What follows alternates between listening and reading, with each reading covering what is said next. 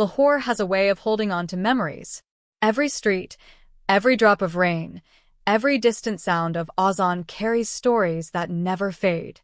I used to think I understood this city until the day I met her. Meerab, a name that didn't just belong to a person. It belonged to a feeling, a calmness I had never known before. It was one of those late monsoon evenings when the air smells of dust and jasmine. The sky was painted gray, and the first drops of rain began to fall like secrets from heaven. I was sitting under the old banyan tree near the university library, sketching faces I would never show anyone. Faces of strangers. Faces of pain. And then her notebook fell near me. I looked up, and time simply forgot to move. She was standing there, holding her dupatta to keep it from the wind. Her eyes had that curious spark, the kind that can read silence better than words.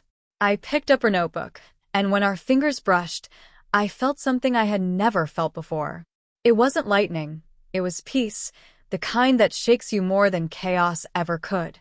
She smiled, and in that one gesture, Lahore became brighter. "You draw feelings?" she asked. I remember smiling back, though my voice trembled. "Only the ones I can't say." From that moment, something started, something soft, fragile, and pure.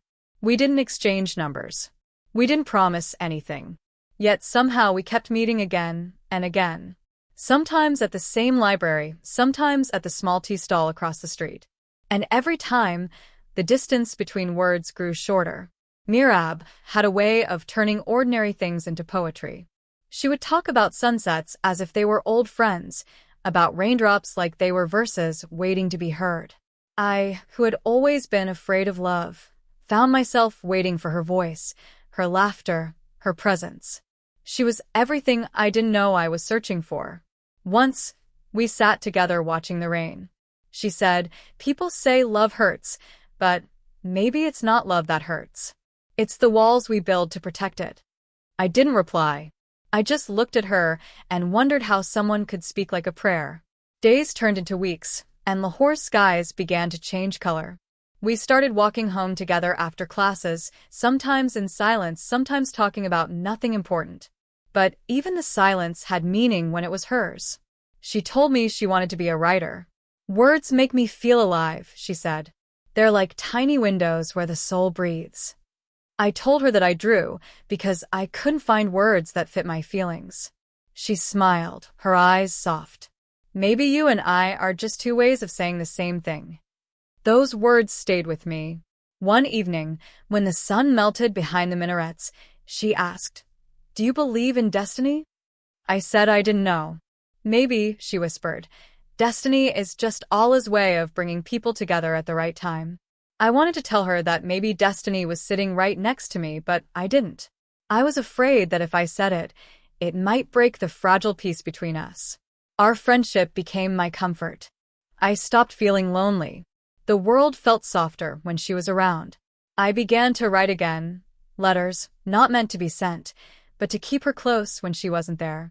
Letters where I confessed things I could never say aloud. That her laughter was my favorite sound. That her silence was my safest place. That she made me believe love could exist without being said. I kept those letters inside my sketchbook, between half-drawn portraits of her eyes. And sometimes, when she wasn't around, I would take them out, read them quietly, and imagine her sitting beside me. One day, she caught me looking at her differently. I didn't even realize I was staring. She tilted her head and smiled. "You look like you're trying to draw me with your eyes." I laughed nervously. "Maybe I am." "Then don't forget to draw my flaws too," she said softly. "Perfection is boring." She had no idea that even her flaws were the most beautiful thing I had ever known. We started spending more time together, walking through the narrow lanes of old Lahore, stopping at bookshops and small cafés. She loved street food and always made me try things I swore I wouldn't. I began to live again, really live. The kind of life where every moment feels alive because someone else's joy fills it.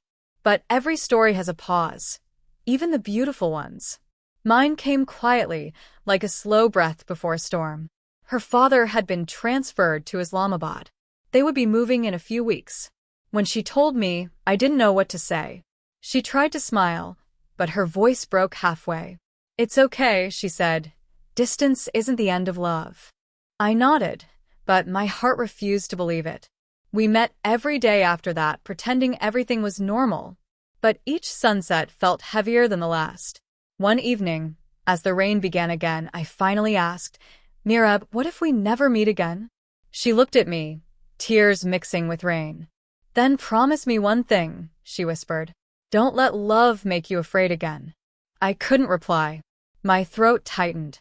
She reached out, touched my face gently, and said, "Some people meet to stay, others meet to change you forever. Either way, love is never wasted." The day she left, Lahore lost its colors. The streets felt silent. The sky turned pale. I stood near the canal, holding my sketchbook, watching her car disappear down the road. I didn't cry. I just let the rain wash everything away. That night, I went home and opened my letters. I read them one by one until dawn. Every line, every word, felt like her voice echoing in the quiet. I didn't burn them. I couldn't. They were all I had left. Weeks passed. Life went on. But every time it rained, I found myself walking to the banyan tree, sitting there, waiting, not for her, but for the feelings she left behind. Peace. Hope. A kind of love that didn't end, even when she was gone. Sometimes, I would whisper her name to the rain, just to hear how it sounded in silence. And maybe, somewhere far away, she whispered mine too. People say love fades with time. I don't believe that. Love doesn't fade, it transforms.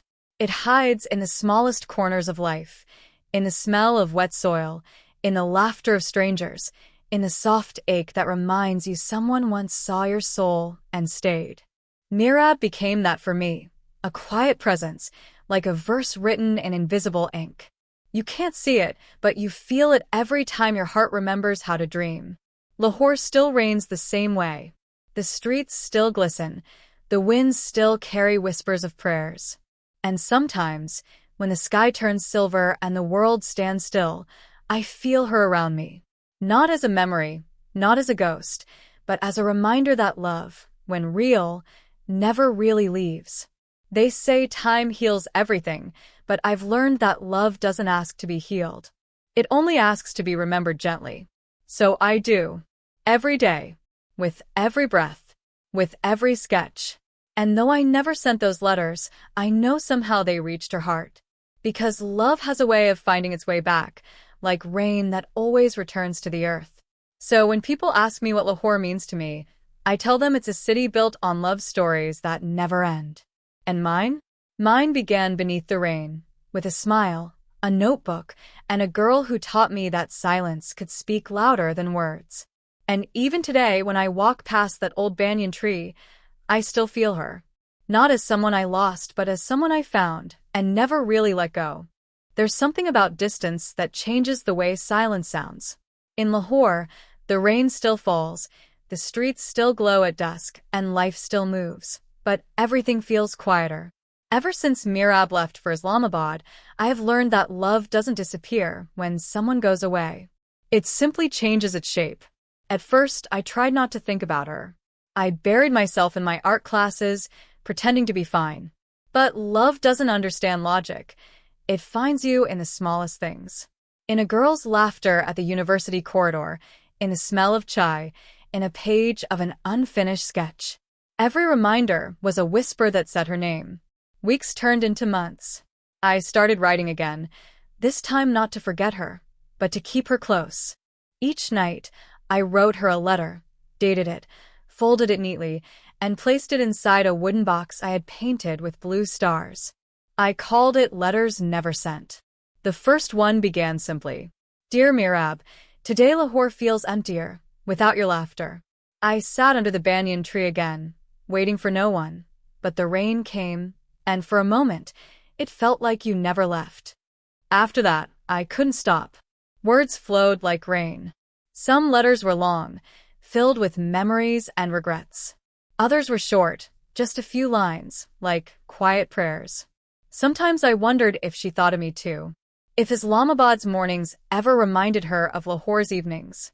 If she ever sat by her window, remembering the boy who drew her soul on paper. I started drawing again, her smile, her eyes, her silence. But no matter how many sketches I made, none felt complete. It was as if something inside me refused to finish them. Perhaps because love stories like ours aren't meant to be finished. They're meant to stay alive through longing. One night, I received her message after months of silence. It was short, almost hesitant. "Do you still draw the rain?" I stared at it for a long time before replying. "Only when I miss you." That became the beginning of something fragile, a thread of connection stretched across two cities. We didn't talk much. Sometimes days went by with no words, but when her message came, it felt like the world exhaled again. She told me about her new life, the hills of Islamabad, her new college, her writing classes. She said she often sat near Margala Hills, where the wind reminded her of Lahore's rain. And I told her about my sketches, about how art was my only way of breathing without her. Once she wrote, "Do you think people can be close even when they're miles apart?" I replied, "Maybe the heart doesn't measure distance the way maps do." She sent a small heart after that, just an emoji, but it stayed on my screen longer than it should have. Sometimes even pixels can carry meaning. Months passed. The box of letters grew heavier. One evening, as I read through them, I realized how much she had changed me. I was no longer afraid to feel, no longer scared of love. She had taught me that vulnerability wasn't weakness, it was courage in its purest form. Then, out of nowhere, came her call. Her voice trembled as she spoke. "I'm coming to Lahore next week," she said. "There's a literary event. I thought maybe we could meet." For a moment, the world stopped spinning. I said yes before my heart could catch its breath. Those 7 days felt longer than the months she had been gone. I kept rehearsing what I would say, what I wouldn't say, how I would keep my emotions in control. But love doesn't follow plans. It follows hearts. The day arrived. Lahore was wrapped in golden sunlight. The air smelled of warmth and nostalgia. I went to the event early, sitting in the last row, pretending to read. Then I saw her, standing at the stage, speaking about writing and emotions, her voice steady, but her eyes restless. The crowd listened to her words, but I watched her silence.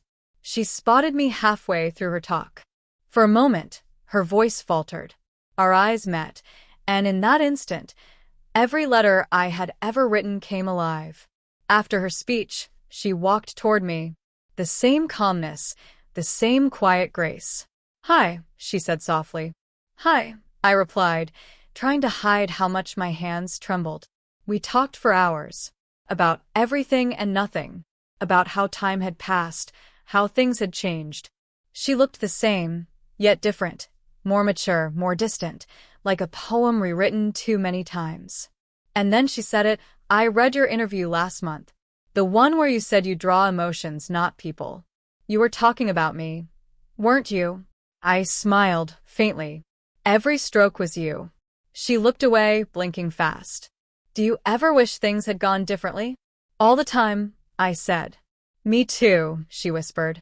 We sat in silence after that. The world moved around us, but we stayed still. Sometimes, silence says more than words ever could. As evening fell, the rain began, soft, unannounced, like a memory returning home. We walked under a single umbrella, and for a while, it felt like we were back to where it all began. She laughed again, that same laughter that once lit up my world. But beneath it, I felt something breaking. The realization that we were standing at the edge of something beautiful, yet impossible. Before leaving, she handed me a small brown envelope. "For you," she said.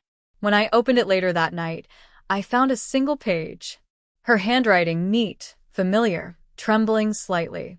"If words could touch, mine would hold you forever. Thank you for finding me when I was lost." There was no goodbye, only that note. And that was enough. Days turned into weeks again. We didn't speak after that meeting. No messages, no calls.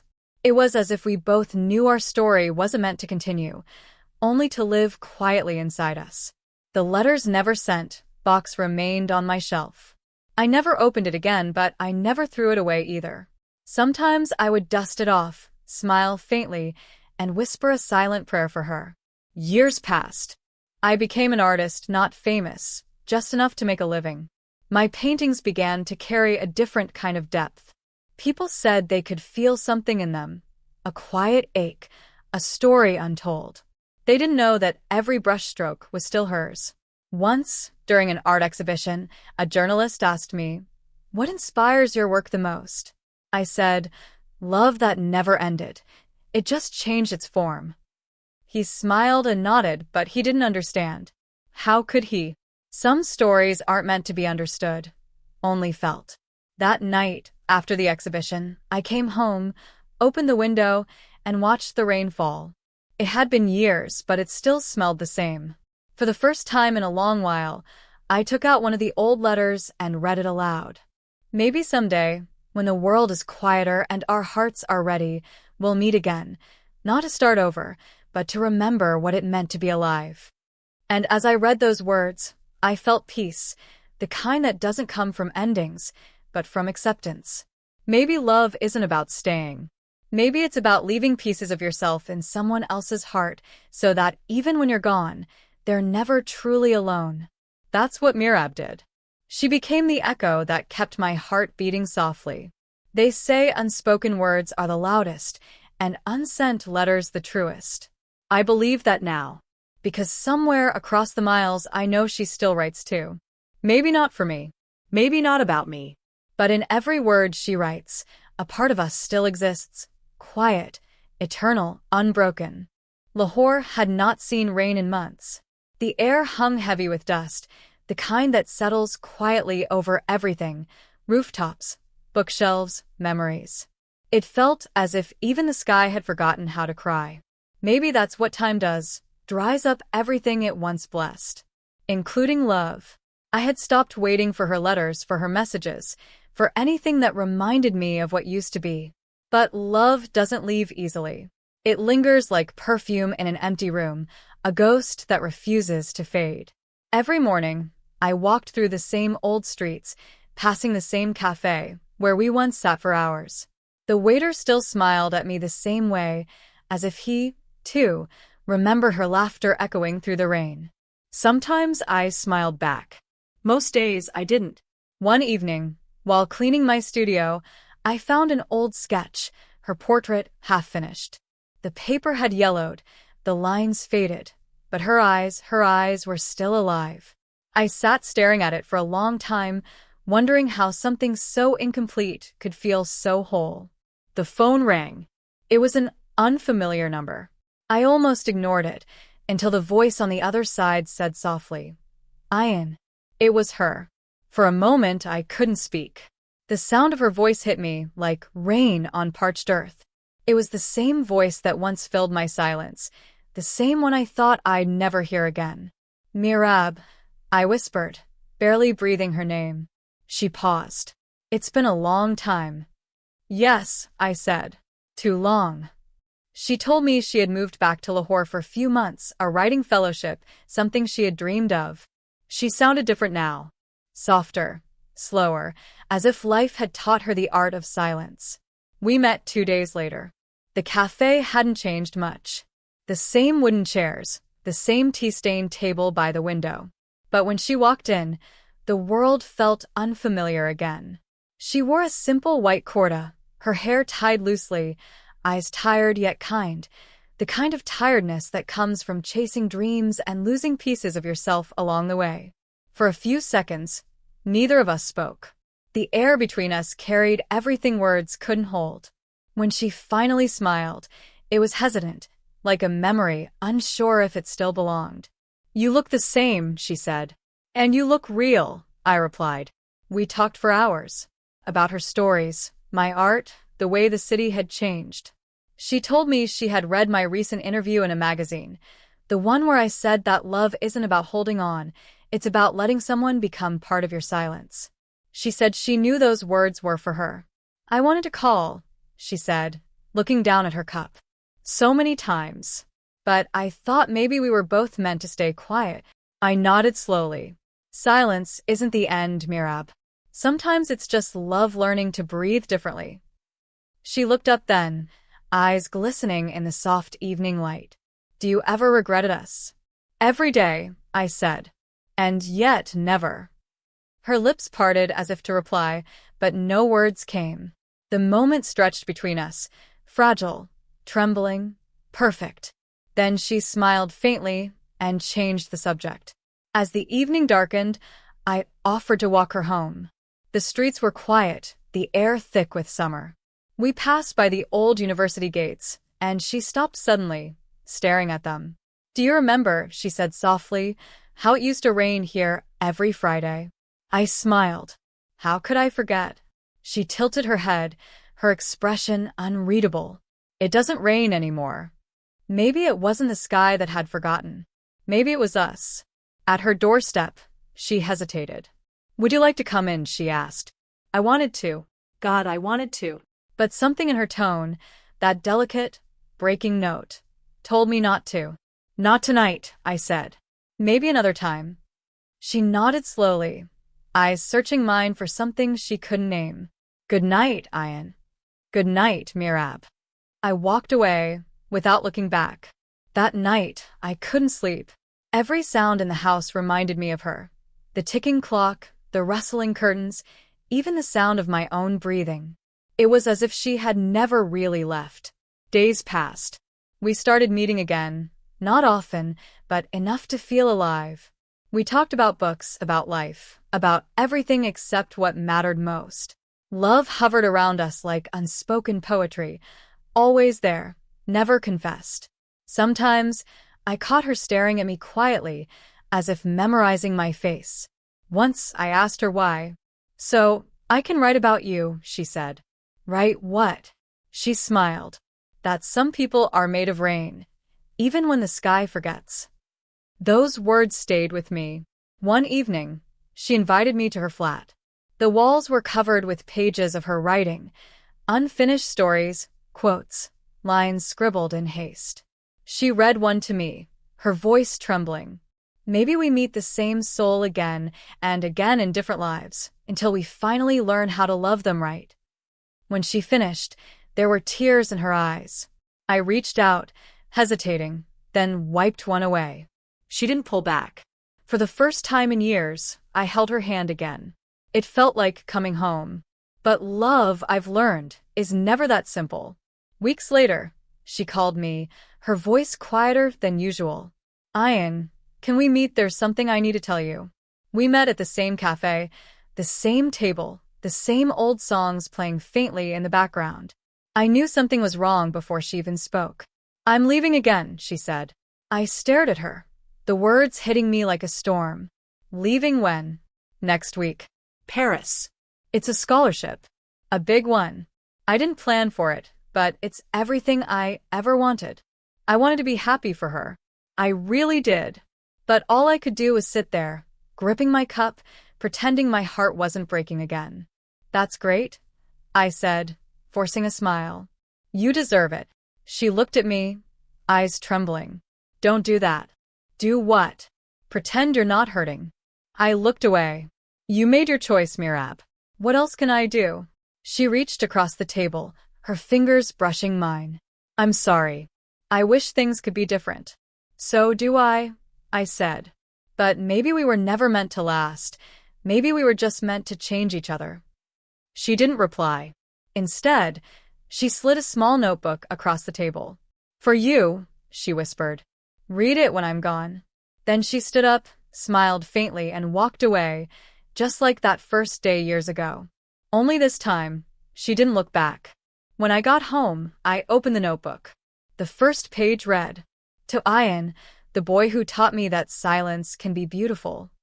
Each page after that was a letter. Words she had never sent, thoughts she had never said. She wrote about her fears, her regrets, her love. She wrote about me, about us, about everything we both were too afraid to face. On the last page, she wrote, If the sky ever forgets to rain, promise me you'll teach it how. Promise me you'll keep painting. Promise me you'll never let love die quietly. By the time I finished reading, Tears had blurred the ink. The next morning, I went to the old banyan tree, the one where it all began. The sky was cloudless, dry, still.